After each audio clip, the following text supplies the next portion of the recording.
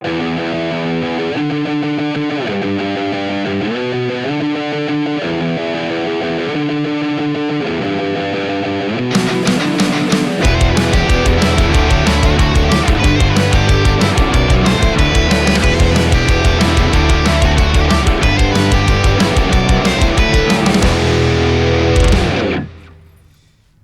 to the Sounds of Brisbane, where I chronicle the various sounds and bands in Brisbane. Right, today, in our first installment, we've got Whitt. How you going, guys? What's up? Yeah, good. All right, let's just start with a quick introduction. Each of you just say your name, what instrument you play, and just general a fun fact about you. How about that? Yeah. Alrighty. Well, hey, my name is Jarvis. I'm the guitarist of Whitt's and sometimes do some vocals as well. And I can solve a Rubik's Cube. That's my fun fact. My name is Saxon. I play the electrical bass. I'm in Whitt's End. And the fun fact? I mean, you're also the lead singer. Oh, I'm the lead singer. That's right. And fun fact is breakfast is the most important meal of the day. Nice. All right. Let's just get into the questions, I guess. We're gonna mainly talk about your creative process and your kind of experience in the Brisbane music scene, kind of what you like about it, what you want it to become in the future, stuff like that. Sick. So let's just start off with a fairly easy question, right? What are your main musical inspirations specifically for your bands? Ew, good question. There's so many bands. Off the top of my head, we love the pop punk bands like Green Day, Blink-182, Sum 41, but then also like 70s, 80s stuff, AC/DC, Motley Crue, Ramones, freaking Sex Pistols, Chili Peppers, Nirvana, just those kinds of bands. Yeah? Yeah. And About the same. Yeah, alright. Fair enough. Those are really cool bands. Like, Thanks. fairly solid foundation to get like that kind of, like that very indie punk kind of sound that the Brisbane music scene is just full of. You can hear that inspiration in a good chunk of bands, right? Yeah. Like, definitely. yeah. Especially the pop punk stuff. Yeah. It's crazy in the scene. 36. Yeah. Ashtray Avenue. Yeah. Really cool bands. On a kind of related note, any music that you've been listening to recently that you want to kind of... I had 60s romantic love songs on all last night. Like who? Bobby Taylor and the Vancouvers. Yeah. Barry White, I think his name was. Yeah, I like anything. Jazz, hip hop. What you been listening to recently? I've been listening to a lot of Pantera, but that's sort of all the time, I guess. But yeah. That's good. Yeah. That's pretty good. That's really cool stuff. Bunch Yeah. of really, really large array I of know, yeah. music. Very eclectic taste. You do. All right. So, any local bands' music that you really enjoy at the moment? Like any Yeah. new releases? So many. Yeah, definitely. So many great bands in the scene. And we're good friends with a lot of them now, which is nice. Space and Ages, we love those guys. Who we've been digging recently? Okay, 36. Yeah. They've released some bangers recently. Yeah. Redline. They're Redline. an awesome band. They have a song coming out in Yeah, I think in June. June. The first single. Yeah. Yeah, we're pretty much always out in the valley because we're always doing gigs. And then if we're not doing gigs, we're watching our friends' bands, supporting them. That's good. Yeah. Yeah. You seen Spira? I think that's their name. Yeah. We did a gig at yeah. Greaser with them once. Yeah, they're good. With Managed to catch one of their shows a month back. Yeah? They were really fucking good. Yeah. They were, It's one with the female lead singer, right? Yeah. She's great. She's such a great singer. So see them going places. Yeah, heck yeah. Let's just get into your creative process. How does a Whitt song come to life, Like, Well, we've been making a song recently, and the way that one's sort of taken shape is like Jarvis will come up with a melody and the chords for most of the song, and it'll be I'll say, okay, this is a great melody, this is a great chord progression, and he'll take it to me, and he'll have like an idea lyrically, like what he wants the song to be about, and I'll try put some lyrics to the whole thing, and might take a good couple of weeks before it starts to like take shape, but yeah, that's how this.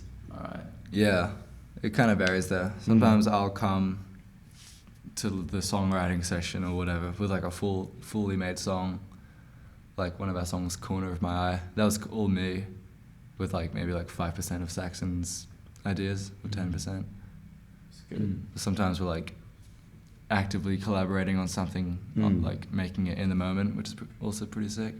All right. Like just like jam it out. Yeah, sometimes it's a jam and we're like, nah, should try these melodies. Sometimes he's made something in his room and we'll just work on it after he's made it. Pretty good. Yeah.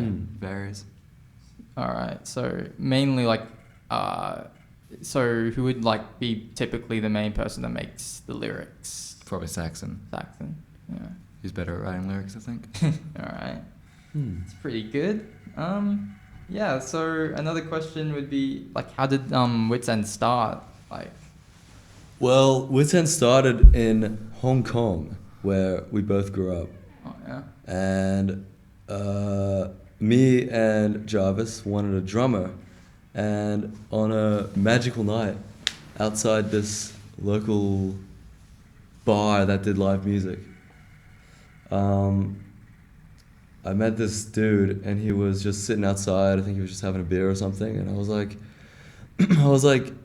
I'm trying to make a band, me and my brother here, and he starts saying how he plays drums, and we start doing gigs together just like that in Hong Kong for about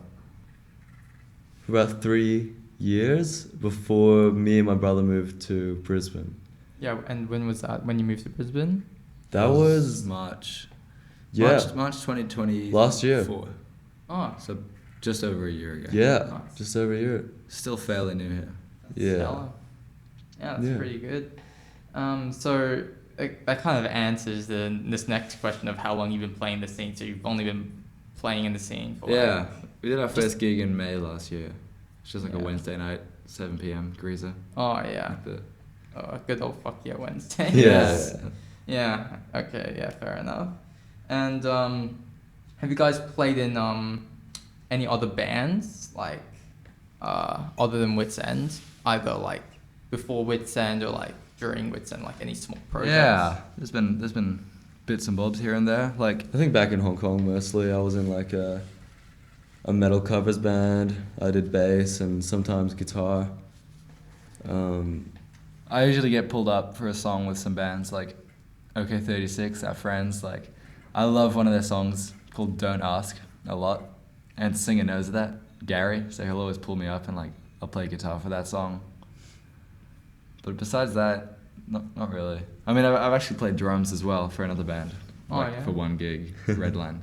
Oh yeah. It's just little bits and bobs, but yeah. Yeah, all right. Before we get into the rest of these questions, I got a couple fun little icebreakers, you know, Sick. just to pick at your minds, I guess. So here's a fun hypothetical, which might actually not be a hypothetical because you guys have a gig tonight, right? Yeah. Yeah. Sunshine Coast. Sunshine Coast. That's far. Solomon. Yeah. So say that just before a gig, what do you do 2 hours before it? What? Ooh. It's a good question. It's a really good question. Lots of planning. Brush your teeth. Do your vocal warm-ups if you can. Yeah. If you got the time. Get a good burger in you. Or Oh, Yeah. any sort of decent meal. Get a feed. It's important. It depends what gig, I guess. Because sometimes the drive to the gig is like 2 hours. But sometimes it's like 5 minutes around the corner. Do your stretches, you know. Yeah. stretches. Warm up your fingers. If you can remember to do your stretches, do your stretches. Yeah. Hydrate. Write out a set list. Yep.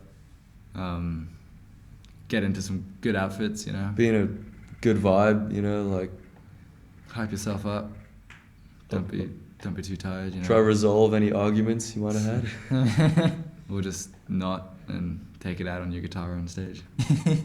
Yeah, all just that. do the good old Nirvana. Yeah, Just, exactly. Just throw it on the floor, fucking Yeah. screaming it. Yeah, smash the amps. Yeah. So another kind of question would be, you know, how do you prepare for playing new songs live? Like, say you have, you know, a new song you just wrote or whatever in rehearsal or just before you play it for the first time live. How do you just mentally get in that mindset of, oh, we're playing a new song?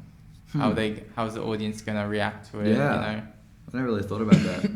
It's a cool concept though. Like, it's kind of like going on a first date. It's like I'm presenting my thing to these people for the first time. And it's usually pretty good. Like, we'll be like, oh, we'd never played this before live. It's like, woo, new song. And then, you know, sometimes they'll be singing along by the third chorus. It's like, oh, that's caught on pretty well. Sometimes we'll even like change a song after playing it live. Like, oh yeah, we could do some tweaks to that. That didn't really work well live. But as far as like preparing mentally, I guess I don't really want to play a song live unless it's like been rehearsed to a good extent. Alright. So I'm usually pretty prepared. I think. Yeah. Is that a similar thing? Yeah, for sure. Yeah. All right.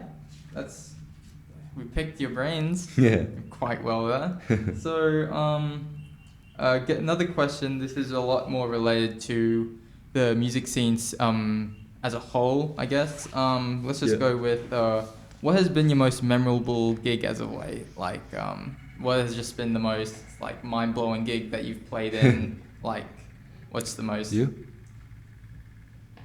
Most mind-blowing gig. It was pretty mind-blowing opening for Thirsty Merc at the Bright Side. That was a great moment.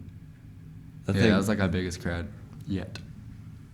Yeah, I mean it was Thirsty Merc's crowd, but yeah. Yeah, biggest audience we've played to. Yeah. Yeah. This one was thrown up backstage. Yeah, I was pretty nervous. I think my favorite was when we first released merch. We did like a celebration show at the PFR Lounge in the Valley. Oh, yeah. So sick. It was like our first headlining ticketed event, and the room was packed, and like sold a bunch of merch, had all our friends' bands on the bill, and yeah, I think we got our second. Yeah, that was a highlight. We got our second headlining ticketed show in May next month at the Black Bear. We've only done one. Sick. Yeah. That's really cool. Yeah. Yeah. And you're also, I think I saw on Instagram, you're going on a pretty big tour. I call it a Yeah. big tour in about a month. Yeah. Uh-huh.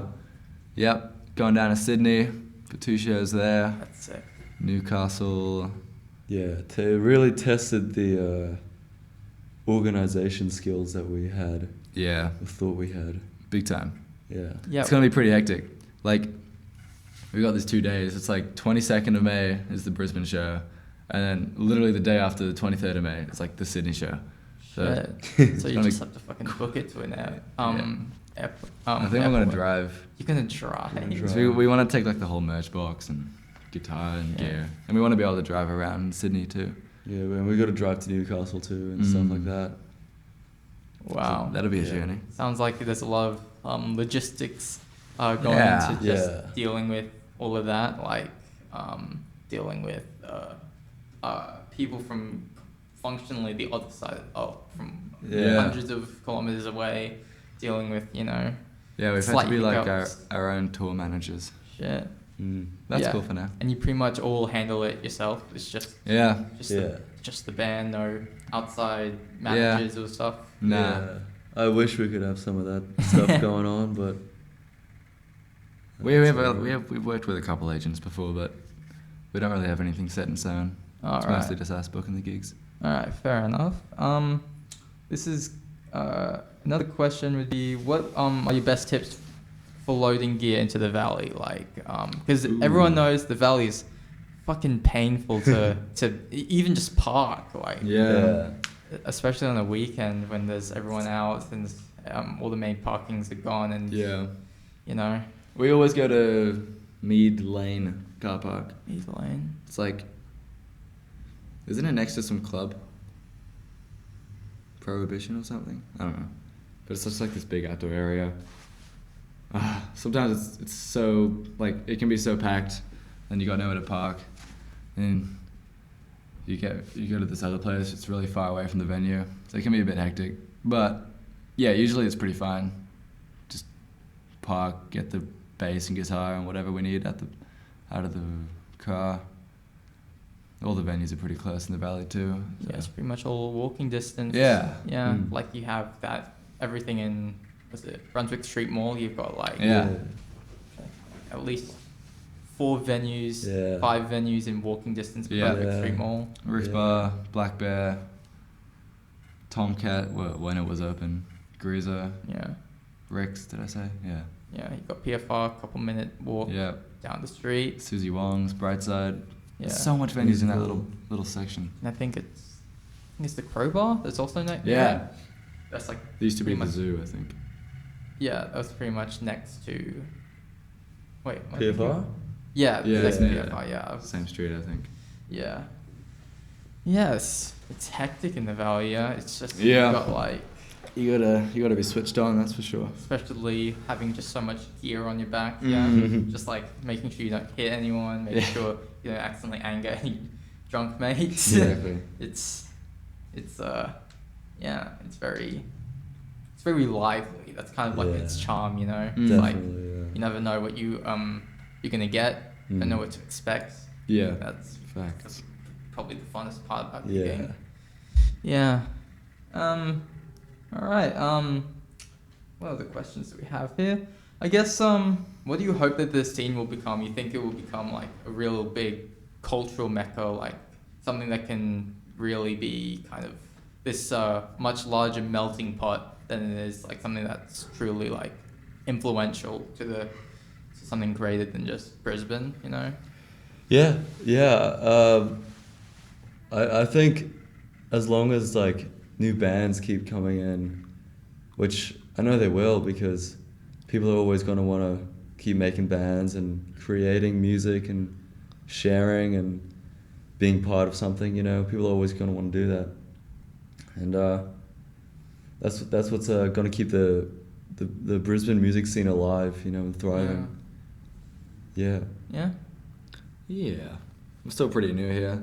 So like I haven't been around long enough to really make a good call on what I think it's going to become, but I'm sure it's not going anywhere. New venues are still opening up, and yeah, I have a bunch of friends that are just starting bands now. Like, new stuff is always happening. It's a real bummer that most festivals are really just closed. It's really a bummer. Yeah.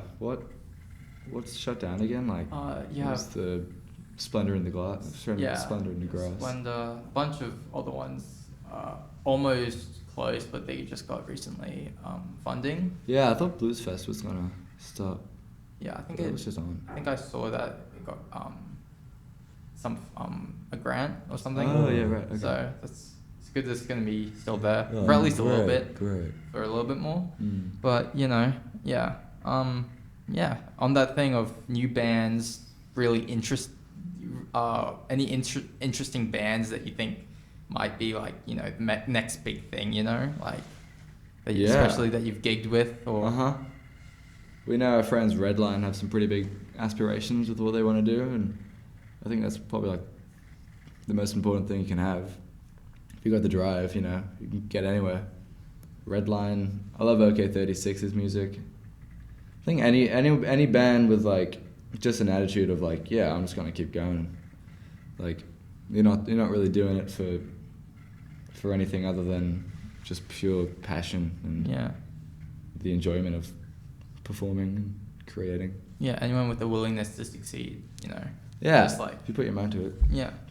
And of course, any advice you would give to like an up and coming musician? Like, for example, like what advice would you give to maybe even your past selves from when you started Whitt or whatever? Like, what advice would you, give? It's a good question. A lot can happen in 1 year. I'd say that, first of all. Because, like, when we first got here, it was kind of like we couldn't really see what was ahead of us. It was like we were driving a car with, like, a towel on the front of the windscreen. It's just like, I guess we'll just follow our noses, email all these venues, but, like, if I told myself the kinds of gigs we're doing now, like a year ago, to my past self, you'd be like, what? Oh, I got nothing to worry about then. You can get a lot of kind of doubt in your mind, like, oh, this or that. But yeah, a lot can happen in 1 year. Yeah. And just, I wish I could have myself in a year give me a message from the future. That would be great. Yeah. But yeah, advice, if you're just like starting out making a band, as long as you got a great product going on, people are going to want to see it. So, like, don't be afraid to put yourself out there and, try stuff out. Make silly videos to promote your gig, Be yourself, have fun with it. Yeah. Don't take it too seriously. Yeah. That's some really killer advice. Like, Oh, thanks. this that would be really good for like a new muso to hear. Like they're probably lost, they're probably confused, they don't know where to start. It's a really big thing, like to start a band or was it like just play live in like a bar. It's very daunting, like if you think about it. Yeah. Like But yeah, I've always heard from people that are like, oh, I'd love to start a band, I just don't know where to start. Or like, I'm worried about this or that. Thing is, you just get a 45-minute set of, some great songs. If you write songs, put them in the set. Make a Instagram account. It's like kind of solidifies you guys. Just make contact with all the other bands in the scene. Get out to shows, talk to other bands. Say, hey, we'd love to support you guys sometime. Like, there's so much things you can do to just get yourself out there. Some really good advice there. Yeah, so just a general wrap up. Some really cool advice there. Some really, really good there of just picking apart your brain to just see how you guys work in both songwriting and just how you perceive and the Brisbane music scene, how you experience it. So now we'll have a cool acoustic set by Whitt's End, and that will be the end. Sweet as. All right, sweet as. Hell yeah.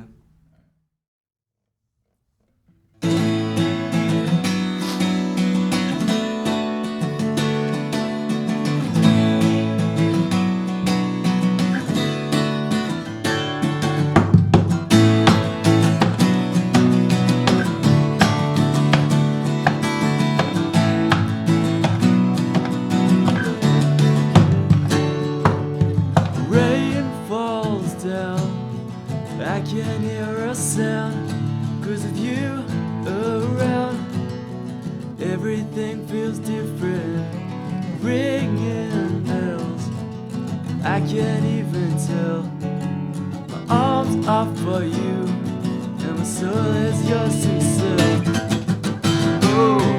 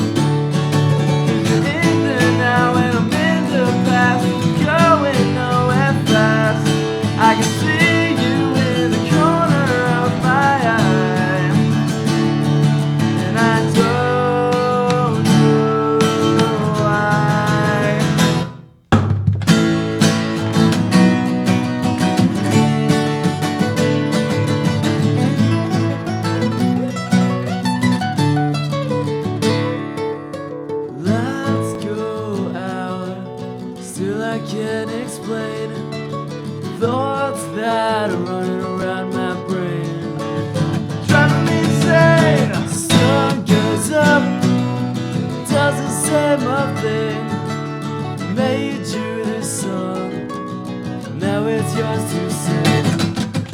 Ooh, ooh.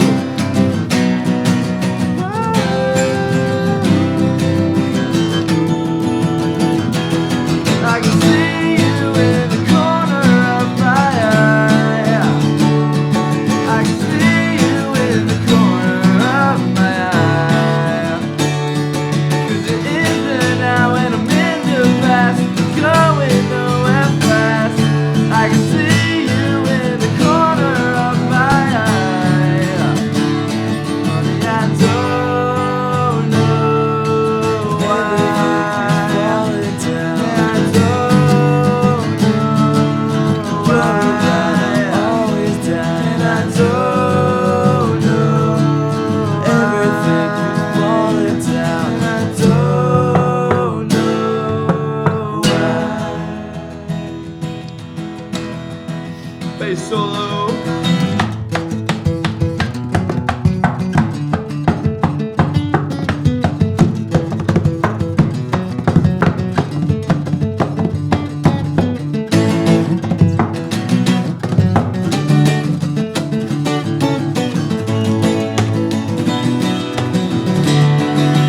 Guitar solo.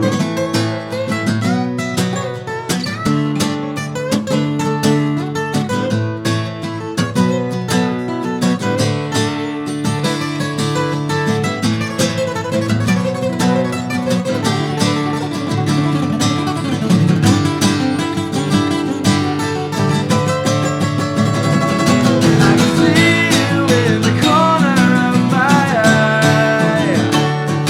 I can see you in the corner of my eye. Oh, 'cause you're in there now and I'm in the past, going nowhere fast. Side to side for love that's meant to last. And I don't know why.